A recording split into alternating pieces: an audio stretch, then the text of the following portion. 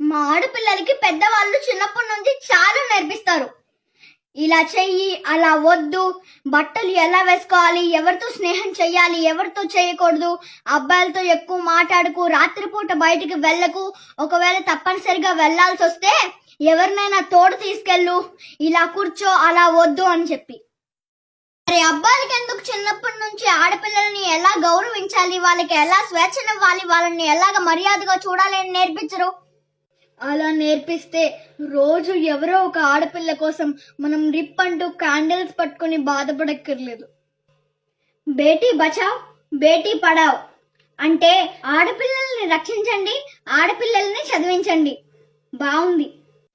కానీ దానికి తోడుగా బేటోంకో సంజావ్, బేటోంకో సికావ్ అంటే మగపిల్లలకి తెలియజేయండి, మగపిల్లలకి నేర్పించండి ఆడపిల్లల్ని ఎలా చూసుకోవాలో. అప్పుడు ఇంకా బాగుంటుంది.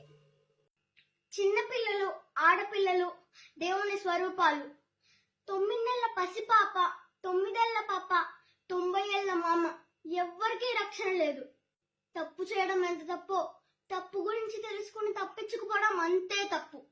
తప్పు చేస్తే శిక్షించాలి. ఎంత కఠినంగా శిక్షించాలంటే మళ్ళీ అలాంటి తప్పు వేరొకరు చేయాలంటేనే భయపడాలి. దయచేసి మీరు మనిషిల్లా బతికి తోటి మనుషుల్ని ఆనందంగా బతికినివ్వండి.